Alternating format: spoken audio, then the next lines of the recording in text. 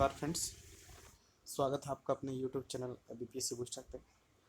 देखिए एक बहुत ही बड़ा मामला जो है आपका 67 बीपीएससी री एग्ज़ाम को लेकर है। और ये जो एग्ज़ाम जैसे जैसे देखिएगा 8 मई को जो हुआ था और एक महीना देखिए आज होने भी जा रहा है। और यही से रिलेटेड क्या है कि आप देखिएगा ये मामला क्या है। अब धीरे धीरे क्या है कि बिहार से लेकर दिल्ली पार्लियामेंट तक पहुंच चुका है। ये जो आप स्क्रीन पे देख रहे हैं इनका नाम है वरुण गांधी और ये यूपी के पार्लियामेंट है। सोचिए बिहार का पार्लियामेंट कुछ नहीं संज्ञान ले रहा है, लेकिन यूपी के जो आपके ये वरुण गांधी साहब हैं, इन्होंने क्या है संज्ञान लेते हुए बीपीएस जो आपका बिहार के जो मुख्यमंत्री उनको ना एक लेटर लिखा है। तो देखिए कोई भी हो हमें उससे फर्क नहीं पड़ता है, लेकिन देखिए जो हमारे साथ हमारे दुखों में जो बीपीएससी के छात्रों के साथ आवाज़ उठाता है उसका जरूर सपोर्ट करना चाहिए, हमारा ये मानना है। और अपना हक के लिए जरूर आवाज़ उठाना चाहिए। देखिए इन्होंने क्या लिखा है आज कि देखिएगा आज 7 जून है और 7 जून के संदर्भ में देखिएगा ये विज्ञप्ति आई है।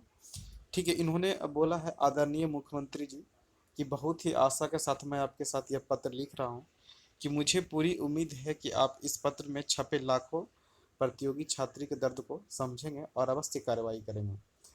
और आगे लिखा हुआ कि 8 मई को बीपीएससी द्वारा आयोजित प्रारंभिक परीक्षा पेपर लीक होने की वजह से रद्द कर दी गई थी। ठीक है, फिर है कि भ्रष्ट तंत्र एवं आयोग के अंदर स्वार्थी एवं भ्रष्टाचारी तत्वों के मिली भगत से लगभग 6 लाख अभ्यर्थियों के परिश्रम एवं मूल्यवान समय व्यर्थ चला गया। बिल्कुल सही बात है।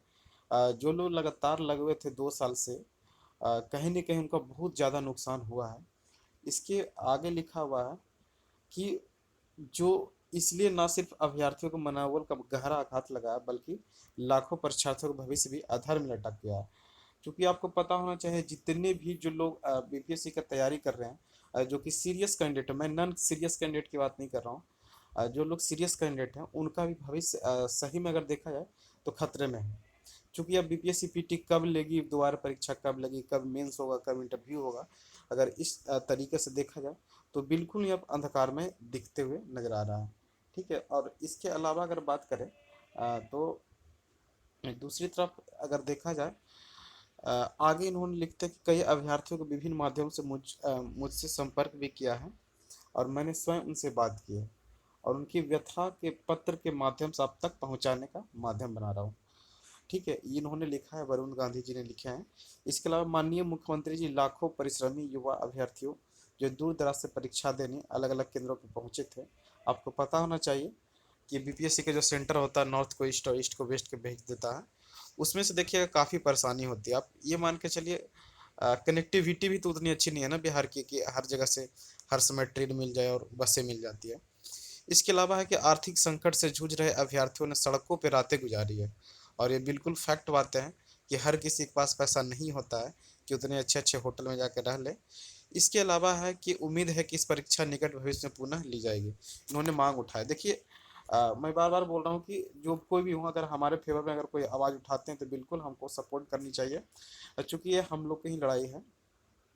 इसके अलावा है कि बिहार सरकार द्वारा गठित जांच कमेटी के आनन फानन में जांच कर इस कांड में सम्मिलित कुछ लोगों की गिरफ्तारी की है, मगर अभी तक सफ़ेद पोश नकल माफियों को बेनकाब होना बाकी है, जो कि इस कृत्य के सूत्रधार हैं। देखिएगा जो ईओ की टीम है यहाँ पे लगी हुई है, अगर देखा जाए तो एक महीना हो गया, कुछ भी इसका अभी नहीं निकल के है।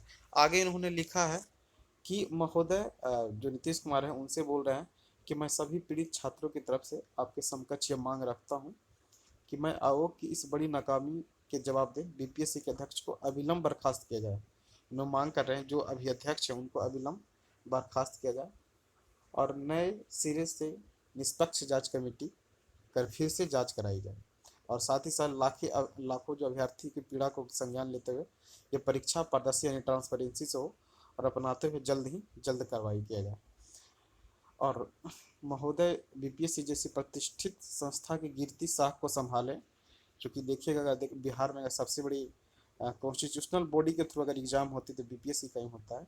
इसमें लाखों युवाओं के साथ साथ महान राज्य बिहार का भविष्य के आपके हाथों में है। क्योंकि आपको पता होना चाहिए कि अगर क्वेश्चन आउट हो रहा है तो कहीं ना कहीं तो देखिएगा जो ऊपर के लोग हैं उसमें भी ये संलग्न होते हैं।